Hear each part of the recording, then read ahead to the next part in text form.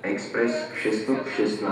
Tatran zo smeru Košice, ktorý pokračuje smer Prúdky, Žilina, Považská Bystrica, Púchov, Trenčín, Trnava, Bratislava, Vinohrady a Bratislava hlavná stanica pravidelný odchod 14 hodín 54 minút príde na koľaj 5. Za Rušňou je radený vozeň prvej triedy číslo 1, reštauračný vozeň číslo 2, vozne druhej triedy so službou pojazdná úschodňa Batožín s povinnou rezerváciou dnes pre bicykle číslo 3 a 4, vozeň druhej triedy pre cestujúcich s deťmi so zbieracou plošinou na prepravu mobilných cestujúcich a so službou pojazdná úschodňa Batožín s povinnou rezerváciou miest pre bicykle číslo 5, vozne druhej triedy číslo 6 a 7 a vozne druhej triedy so službou pojazdná úschodňa Batožín s povinnou rezerváciou miest pre bicykle číslo 8 a 9. Upozorňujeme cestujúcich, že vozeň prvej triedy a vozne druhej triedy číslo 3, 4 a 5 v prednej časti vlaku sú povinne miestenkové.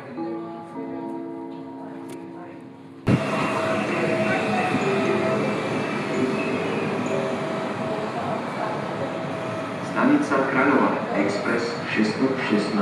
Tatran zo smeru Košice, ktorý pokračuje smer Prúdky, Žilina, Považská Bystrica, Púchov, Trenčín, Trnava, Bratislava, Vinohrady a Bratislava hlavná stanica pravidelný odchod 14 hodín 54 minút prišiel na koľaj 5. Express 616 Tatran smer Prúdky, Žilina, Považská Bystrica, Trenčín, Trnava, Bratislava, Vinohrady a Bratislava hlavná stanica pravidelný odchod 14 hodín 54 minút stojí na koľaj 5 pripravený na odchod.